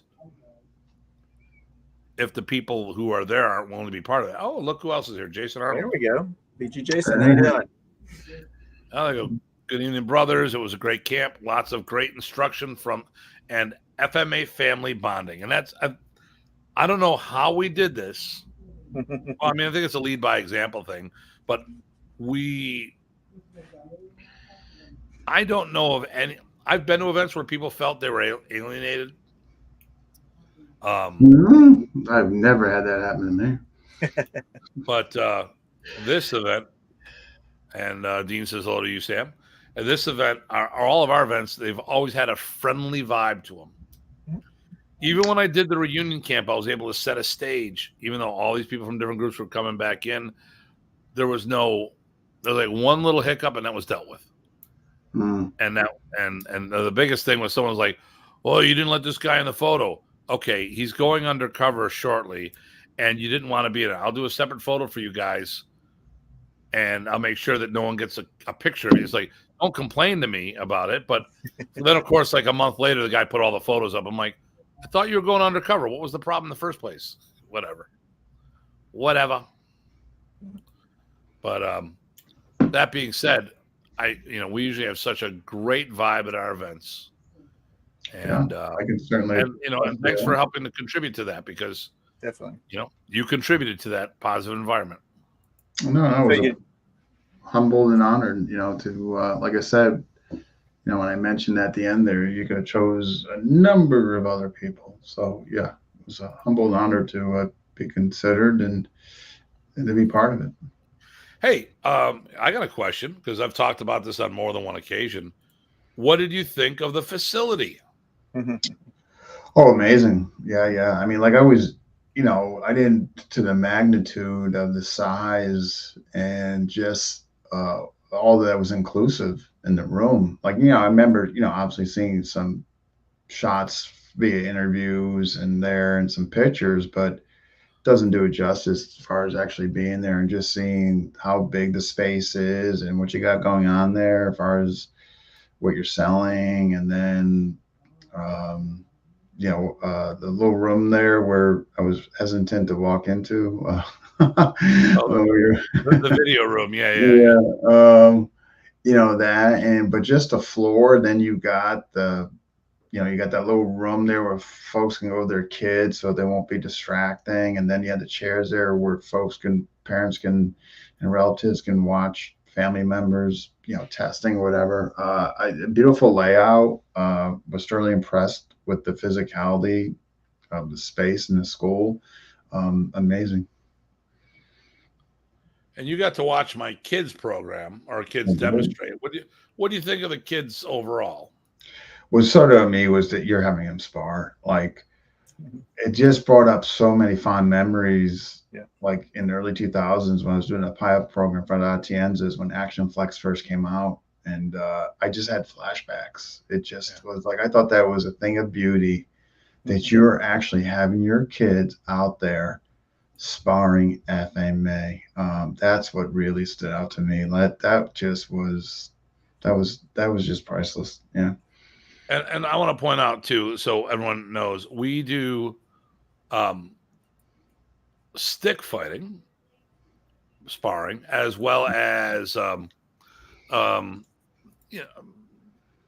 punch kick sparring. So I mean, like you say, like karate style fighting, or sport karate style fighting. We'll do some things with grappling every now and then where I have them wrestle, but it's free. It's a freestyle wrestling, very light, just to get them used to being on the ground. Usually we'll do exercises where they're wrestling for a ball, and it gets them beyond the whole boy-girl thing, because that's a hard thing at times at certain ages. And like, oh, wrestle over the ball? Oh, I can play this game, and I can win this game. And now all of a sudden the whole gender thing goes out the window. Yeah. But, and would you say what they were doing was recognizably Filipino martial arts? Oh yeah, I mean the sparring alone, and those two little kids you had that you highlighted at the end. Yeah. I thought that was magnificent. Yeah. Cool. Well, I'm glad you had a good time there. I really did. I really, truly did. Yeah. Yeah, it was really fun, and like the first day, anxiety, nervousness as far as what I was going to do. But then Sunday morning, I felt so at ease. Things really flowed out of me Sunday morning. I thought anyhow, No, yeah. It seemed like you were comfortable the whole time, actually. Okay, I must have hit it well Saturday. There you go. Well, but also, I mean, I think your KI comes out of you pretty natural and stuff. So I think that people were enjoying that regardless. But yeah, I didn't notice you were nervous. It was also neat to watch you watching the other sessions and stuff. So hopefully you enjoyed what you saw there. You got to see more than just me and Tim, who are you used to, but some of the rest of the gang too, including like Rich, and Jason and stuff, Craig. Well, you've seen Craig before too, but yeah, even Chad doing stuff too. I mean, that was just not only getting to meet him, but just seeing his craft. That was neat. Playing with Rich Parsons in the back room. Yeah. With the Balintawak, that it gave me a better appreciation for it. And well, I was going to say, how do you like that?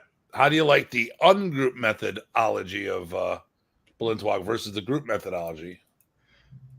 I don't have any. Well, let me start out by being transparent. I don't have enough foundation or knowledge in there, but what I can say is that I would prefer the ungrouping because I like that raw dynamic where I'm automatically where it's not based on memorization but feel and all that. But again, I want to make it very clear to those who are listening. That means I have nothing against what Bobby does. Obviously, he's very successful in there. But from my personal preference of learning and what I like, if you notice, like how I'm based on attribute development and play tech, it's going to make sense. I'm gonna go in the lane of where it's not, it's ungrouped. You know what I mean? So it just fits my wheelhouse. But obviously, Bobby too on GM. Bobby's got obviously a great following. So. Yeah, well, I mean, the nice thing is it's like food. It doesn't mean it's something's bad. You just, yeah, 100%. Right. Yeah, I like them both. I do have a preference, but I can see the benefits of both. I do like the situational stuff a lot because it fits my type of exploration better. But I like it all. Yeah, I mean, much to piggyback off what you just said. I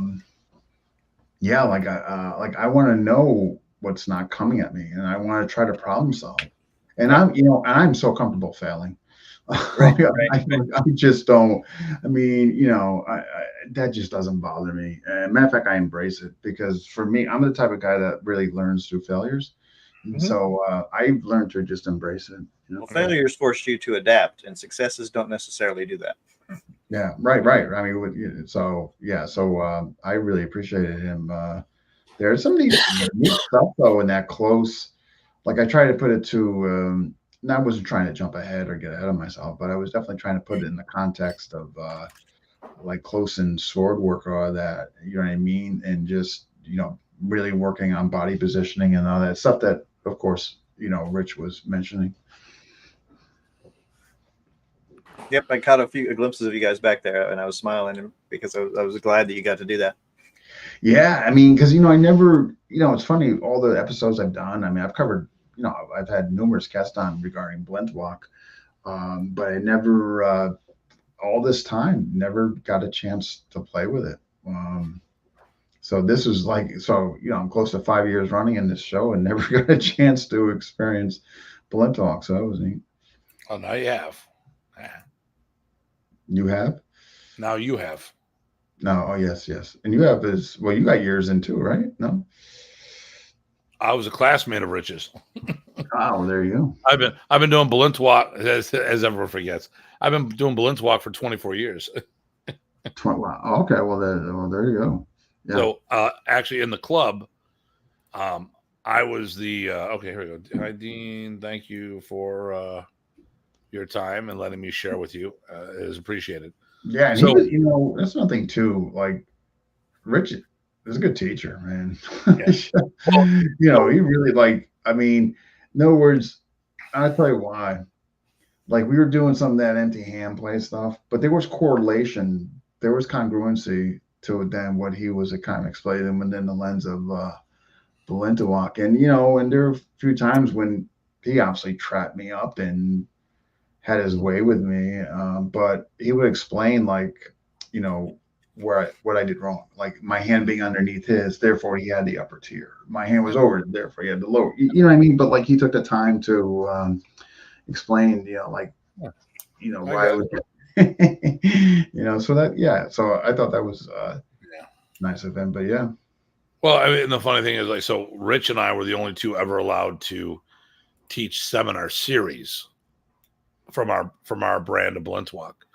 So I was teaching seminars on modern, and then I would make the correlation between modern and Blintwalk, and Ted got okay with that, and then Rich was attending a lot of the workshops, hanging out, being part of the family, and then people started asking him, and then he asked Munung Ted, "Can I teach?" People are asking, "What are you going to teach?" Went through it. He goes, "Yeah." So there's been some people who've been given some one-offs, but Rich and I are the only two that were able to give him permission to do the series, and I think Rich was definitely the smart move. If you want to see Blintwalk the way it's supposed to be done, I send people to Rich. If you want to see the Blintwalk roots in modern Arnis, I'm capable of helping with that as well. But I mean, my whole thing is not to do Blintwalk to spread the art. It was to look at the roots. That's why. So why do I do Kombatan? It's one of the derivatives of modern Arnis. Why do I do Blintwalk? It was one of the arts that contributed to forming a modern Arnis. It was the last art that was trained before forming it. I did a lot of stuff with Small Circle. Why? Because Wally J had a major influence on the art. I did the Kombatan and Seek Around because Remy said that was part of the art. So, but when I have a question, if there's a Blintwalk question, I always defer to Rich. He's pretty sensitive too for a big guy. You know what I mean? Like, he cried at Old Yeller. Yeah. It's just, like that's kind of what stood out. As far as he goes, that's what really stood out with me. Like the sensitivity he has for the bigger guy.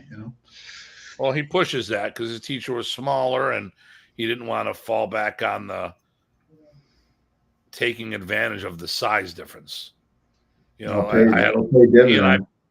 I both had similar situations where in certain areas of my training, my partners were 20 to 30 pounds lighter than me. Yeah. And I never wanted to do that. And Rich has always been bigger than everyone around him. So he's, he makes sure he's got that soft touch so no one can say he's a knucklehead or a thug or maybe a knucklehead, but he can be a thug, He was definitely soft touch. And one of the big attributes of learning Blintwalk, it's about the sensitivity. Yeah. No, whenever. Yeah. It was enjoyable. Yeah, absolutely. So from here, to let everyone know what's going on, we have a CLOC camp. Michael May Williams is going to be teaching at our headquarters. They're rolling out the World Modern Arnis Alliance's CLOC program. So we have a program for our people who want to get more involved into that aspect of things. So they're going to be teaching. I mean, they've got phenomenal pedigrees in CLOC. And then, but that will be, I'm looking this up while so that event is July 13th and 14th in our headquarters in Horizon Martial Arts in West Seneca, a suburb of Buffalo. And then we'll have our instructor development camp in October 4th through 6th. Emails went out for that. Those who attended that event or this weekend's event actually get a $75 discount on the fall event. So emails went out for that. So if you went and you haven't seen anything, check your emails. You know what also stood out? Craig Mason. He teaches really well. I've seen Ty and you teach, and obviously deserving of accolades. But that was the first time I really saw Craig teach, and it's I was impressed. Yeah. Like I said, I know I put together a really good team. Yeah, I'm looking forward to working with him. He's a good guy. Yeah. I like Craig. Yeah. Cool. What do you have coming up next, sir? What do I got coming up next? Well, in May, Rhode Island. I'm trying to think. Oh no, well this weekend I got a couple online seminars to do. That's this Saturday, and then in May, I have Rhode Island. I got it somewhere here. I just need to be better organized.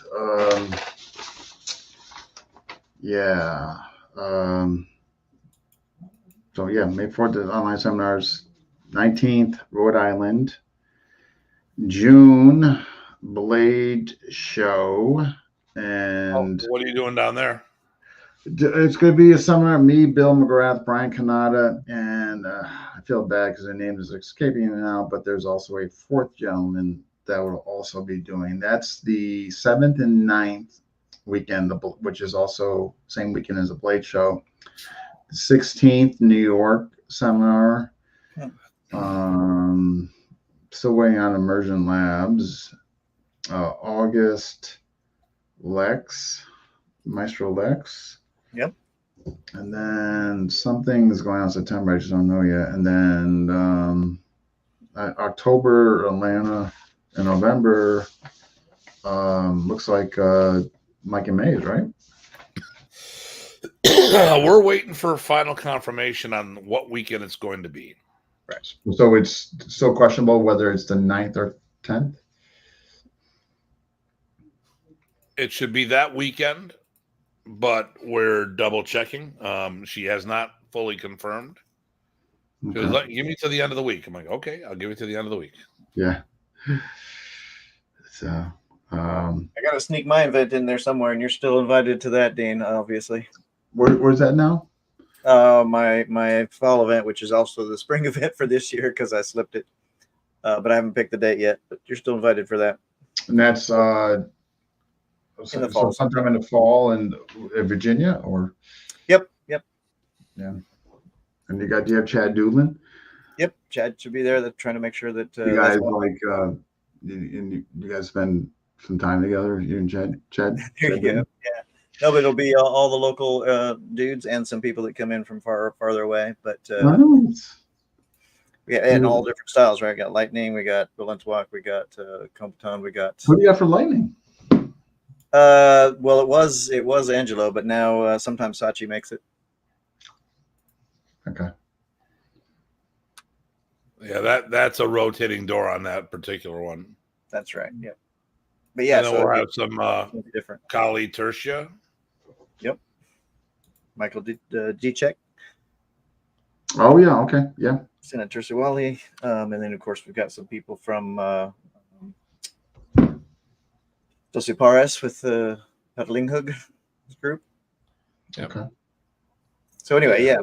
But anyway, yeah, I'll get a date for that before it gets too late, unlike this last spring, and then I'll try to coordinate with as many people as I can. Obviously, you can't get everyone there always because that's just how it goes.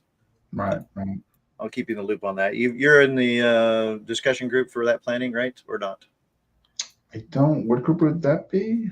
I think it's spring FMA thing planning.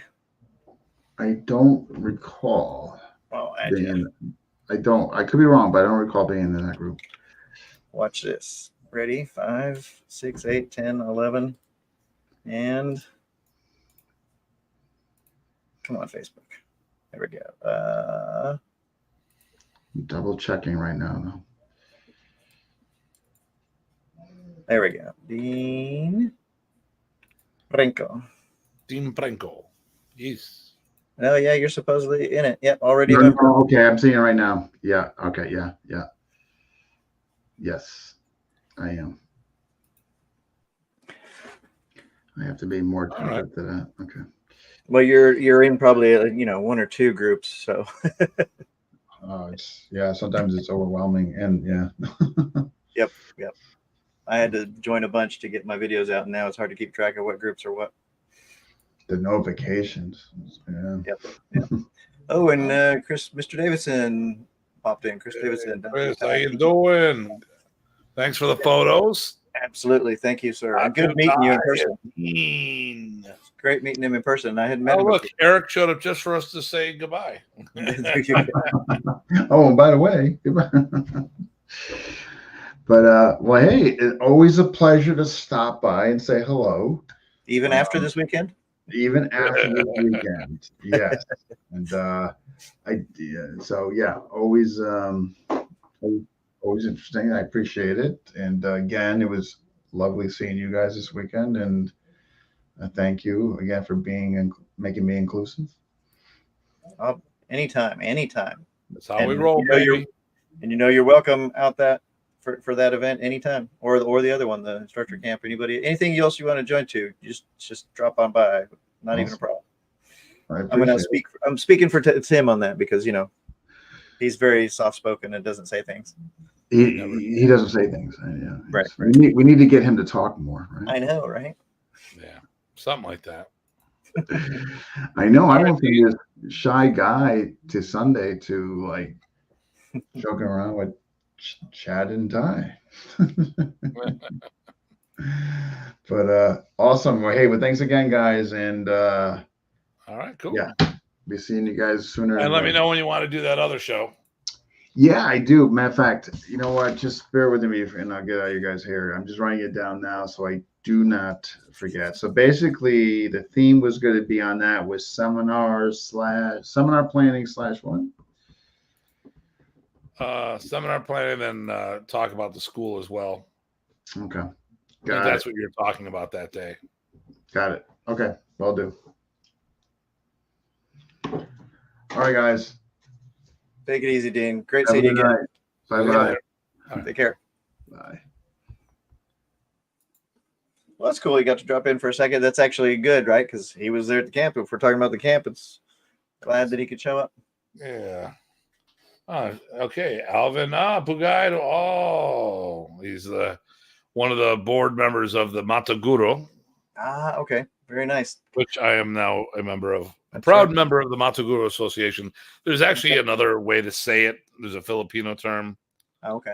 Well, Alvin. Yeah, and you know how good I am at speaking that stuff. And then Shinkali, wonderful chatting with you guys, and great show. Thank you. Thank you, sir. Thank you. Hey, you know what? If you ever want to be on the show, let us know. We can talk about what you're doing in Tokyo. Oh, that'd be great. Yeah. Yeah, it'd be cool. And do you guys hang with McGrath at all? Is he part of your Pikiti lineage, or I don't know. But if we can't even keep track of our own lineages or groups. So well, I mean, because the cool thing is if you get along with that side of the family, right. I'm only an hour from Jack Latour, who is one of Bill's top guys. So Jack's a good guy. Why you might want to visit. Yep. So, no, this weekend I had a blast. It was a good event. A little some little minor stuff, admin stuff. Nothing phenomenal. Some things I was supposed to get done early, but I was too busy making rattan sticks. And by the way, I now have plenty of rattan to sell for those who are looking for rattan. There we go. But I can guarantee you, none of the attendees noticed any glitches. It's just, and you probably wanted to do more. Yeah. I mean, I got the diplomas. I wanted to do a participation one for the students. That'll be next year's project. I used to do one back in the day and just fell off. Got to get back into it, But no, actually, I had a really good time. I'm looking forward to the next one. There's always ways we can make it better, and I think our events keep getting better all the time. Oh, yes, he is. He's a good friend of ours. Mm-hmm. He's right around the corner from us. So if you ever want to come, another reason to visit Buffalo. There you go. Yep. All right, and then if you want to come on the show, let me know. Oh, so I did. Actually, so I'm glad you brought this up. I invited Arnold to come to Buffalo. Unfortunately, he had that camp the same weekend. He was in New York while we were doing our camp in Buffalo. And I did tell him if he wants to do something, let me know. And I have not heard from him. I'm not sure who manages the schedule. But if you're talking to Sir Arnold, by all means, tell him that if he wants to stop by, I might be able to put something together. I just need to know some dates. Yep. Whoever and listen, and here's the thing. I mean, we love Narzo, so yeah, that would be easy. We love him. But probably if we're talking logistics, probably need an American to talk to me to get more details better, because my Tagalog is just not where it needs to be. Mine either. Thank you so much, my friend. All right. So listen, we got so much stuff coming down the pike, a lot of cool things happening. Once again, if you're teaching Filipino martial arts and you're looking for referrals, I'm not charging a damn thing. I'm trying to put a database. We've done this once before with the International Congress of Filipino Martial Artists. Went by the wayside when things started changing in my life. Right now, I'm just trying to put an Excel spreadsheet to put where I have contacts so I can do referrals. I'm looking to make sure that all the people that have been supporting me on the social media aspect of things, social media no, that's me. On the social media front, these people are watching my videos, liking my videos. I want to pay them back. I want to, if I can help them find a place to train or place to get some good stuff here, there, wherever. I'm all about that. So, and like I said, more things are coming down the line. So, but please send me information. If you're taking students, give me a holler, because you know what? People are asking from all over the place. Like, I'm getting people asking me about the Philippines. I'm like, who's in Angel City? People are asking who do you know down in not Davao, in Mindanao? I've got no contact. I know people in there. I have Facebook friends down there, but I don't know of any martial artists down there. Angel City, Pampanga, somewhere north of Dumaguete. I mean, so Cebu, Manila, made some Canadian referrals recently today. So, if there's stuff I can do, thanks, Chris. If there's stuff we can do to help the community get stronger. And we are going to be doing a show, Get the F Out, getting the F out of Filipino martial arts. No, that doesn't mean sterilizing the art. It means getting the mindset that we don't belong with the rest of the martial art community out there, that we have every right and then some to sit at the big table. But we'll talk more about that. Right. It's about not lowering your standards because you're doing FMA. You can't do X, Y, and Z. BS. Yes. So, do you know any? Hey, if you Bulacan. Okay. Mataguro, Alvin, if you have a list of people, or you tell people to start messaging me directly so I can put this database. But like I said, there's people who are looking for classes there and everywhere else. I need to know Quezon City, something like that. Anywhere I can send people, I want to help. So with no further ado. Oh, one more thing came up. Okay, if you can have them send me information, that would be great. How to contact them, stuff like that. So listen, Ty, any last thoughts or things you want to promote? No, for now, just to keep an eye out, guys, and keep doing all the good things everyone's doing in FMA. And I'm gonna bust your chops publicly. I miss your Modern Arnis moments there. Oh yes, the just one things and stuff like that. Just one things. I miss those. Yep. I miss it. We should have filmed some in Buffalo while you're up there. While you're up here, we could have filmed some on location. Yeah, duh. Well, how many dumb moments we have? Like it's every other minute, it seems. That's right. But we had fun. So, but yes, we could have easily done that. Yeah. Even as far as in the segments. Yeah, there you go. We could have done that too. I see. That's a whole nother thing we can experiment with. Yep. I got to talk to the social media company to find out if it's what I can post where, so it doesn't interfere with what they're doing. Right. Because I could definitely do Modern Arnis minutes. I want to do Balintwalk bites, but I might put that in. Nice. So all right. So we're all good. Nothing else you want to shout out? Yep. No, I'm good. All right. We will be on. Maybe next week we'll do Get the F Out. How do you feel about that? You can do that. Yeah. Only because I can't think of anything at the top of my head that we want to do. And we're always looking for suggestions. So please message Ty or myself or both of us, and we'll come up with some things we can put on. Or interviews. We haven't done an interview for a while, too. Yeah. Who? Oh, maybe Shin Kali will respond, and we can set up a time with them. Oh, hey, La Cava, are you out there? Oh, no, he was driving home today.